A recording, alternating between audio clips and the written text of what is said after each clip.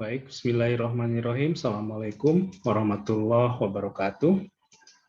Bapak Ibu, izinkan kami untuk menyampaikan petunjuk teknis audit mutu internal tahun 2021 ini, baik untuk auditor ataupun untuk para auditi. Bapak Ibu yang bertindak sebagai auditor akan memperoleh dokumen-dokumen sebagai berikut. Yang pertama adalah matriks penilaian BAN PT atau LAM PTKes. Yang kedua adalah form 1, daftar tilik atau checklist. Yang ketiga form 2, rencana kerja audit atau RKA. Yang keempat adalah form 3, catatan audit. Yang kelima adalah form 4, ringkasan temuan audit mutu internal. Yang keenam adalah form 5, yaitu deskripsi temuan audit. Kemudian untuk Bapak Ibu sebagai auditi akan memperoleh dokumen-dokumen sebagai berikut. Yang pertama adalah matriks penilaian BAN PT atau LAM PTKes, sama seperti auditor, karena ini akan menjadi acuan kita dalam melakukan proses audit ini. Kemudian yang kedua adalah form ke-1, daftar tilik atau checklist. Dan yang ketiga adalah jadwal audit lapangan dan auditor yang ditugaskan kepada unit kerja Bapak Ibu. Baik, untuk matriks penilaian BAN PT atau LAM PTKes, Bapak Ibu yang berperan sebagai auditi nanti dipersilahkan untuk mengisi matriks penilaian sesuai dengan persepsi dari unit kerja masing-masing. Tidak lain ini adalah nilai penilaian evaluasi diri atau self-assessment terhadap unit kerja masing-masing. Kemudian para auditi mohon dapat mengupload atau mengunggah matriks penilaian yang sudah diisi oleh masing-masing unit kerja ke Google Classroom yang sudah kami bagikan akunnya. Nah, nanti auditor dapat menjadikan nilai evaluasi diri ini sebagai bahan awal untuk melakukan proses audit. Dan tentu saja dilihat pada poin yang paling lemah, gitu ya. Nah, contoh dari matriks penilaian adalah seperti ini. Kami sudah membagikannya kepada Bapak dan Ibu. Saya ambil contoh misalnya untuk yang C3 fakultas, begitu ya. Di sini ada nomor referensinya tentang apa, kemudian matriksnya adalah standarnya standar keberapa, kemudian kriterianya misalnya komitmen pimpinan UPPS. Nah, dalam masing-masing sel ini, dalam masing-masing formnya, di situ sudah ada catatan, gitu ya, ada catatan akan mendapat nilai 4 kalau kondisinya seperti apa, akan mendapat nilai 3 kalau kondisinya seperti apa, nilai 2 seperti apa, nilai 1 seperti apa, atau bahkan 0, gitu ya. Nah, silakan nanti oleh para auditi diisi penilaian ini sesuai dengan catatan yang sudah kami sampaikan. Tentu saja dengan dokumen-dokumen yang nanti Bapak Ibu auditi lengkapi. Ya, ini untuk matriks penilaian. Jadi mudah saja cara menilainya, silakan bisa melakukan self assessment. Itu adalah penilaian evaluasi diri dari masing-masing unit kerja.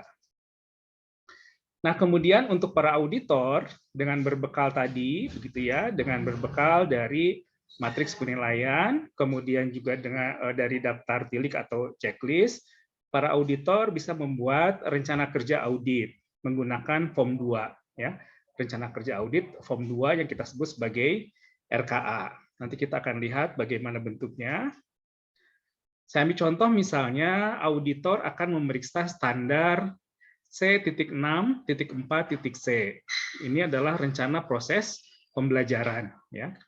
Nah, kita lihat di sini ada nomornya, kemudian ada elemennya, ada indikatornya, nilai 4 kalau apa, nilai 3 kalau apa, nilai 2 kalau apa, 1 ataupun 0 dan seterusnya. Misalnya ini yang akan diaudit oleh para auditor, kriteria ini. Nah, para auditor nanti bisa membuat rencana kerja audit dengan menggunakan form 2. Di form 2 ini silakan dituliskan auditinya siapa, ruang lingkupnya, tahun akademik sekarang ganjil 2021-2022, kemudian kriterianya adalah tadi kriteria BAN PT, kriteria C.6.4 C kecil ya tentang proses pembelajaran. Nah, kemudian di situ ada yang namanya tentatif audit objektif. Nah, ini biasanya merupakan kalimat skeptis dari kita para auditor begitu ya untuk menduga bahwa belum terdapat dokumen RPS, belum ditemukan misalnya di prodi ini gitu ya. Ini adalah tentatif audit objektifnya. Nah, kita lakukan audit untuk memastikan bahwa dokumen RPS memang sudah tersedia gitu ya.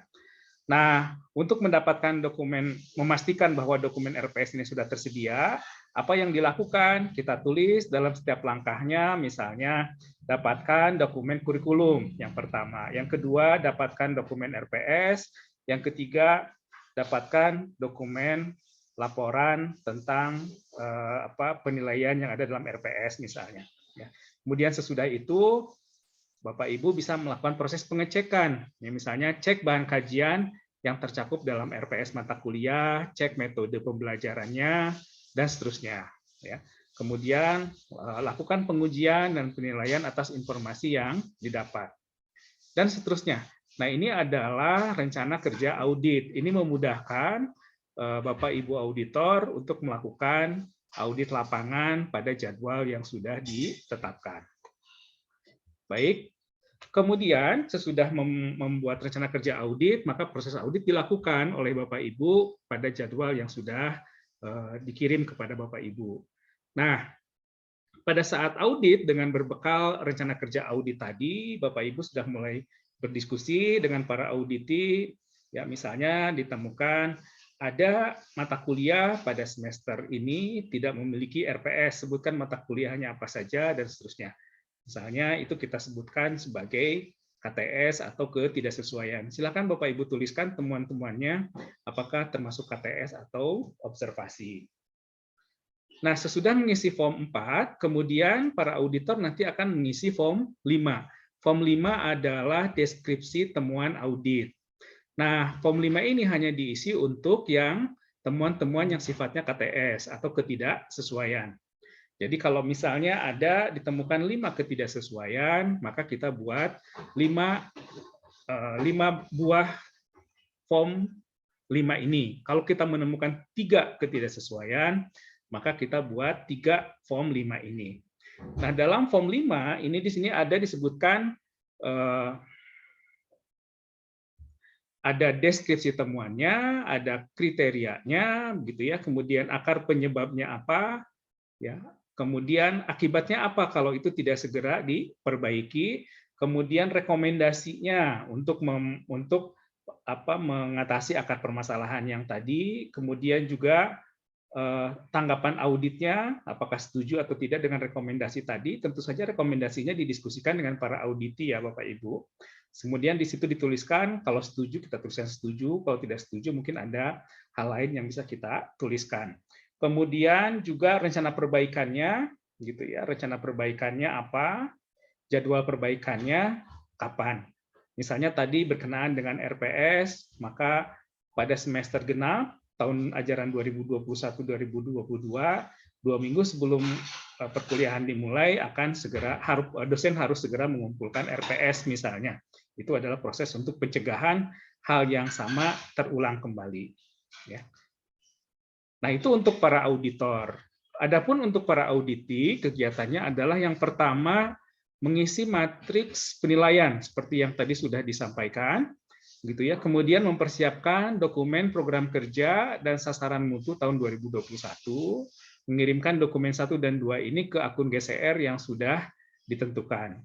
Ya, kemudian mempersiapkan dokumen-dokumen lain, baik menyangkut standar, instruksi kerja, monitoring dan evaluasi, atau dokumen-dokumen lain yang kira-kira diperlukan untuk memudahkan nanti saat audit lapangan.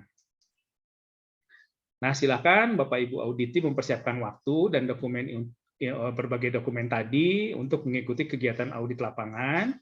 Jika diperlukan, para auditor dengan para auditi dapat diskusi di luar jadwal yang sudah ditetapkan, tetapi pada masa AMI ini, gitu ya, pada masa AMI sampai tanggal 10 November nanti.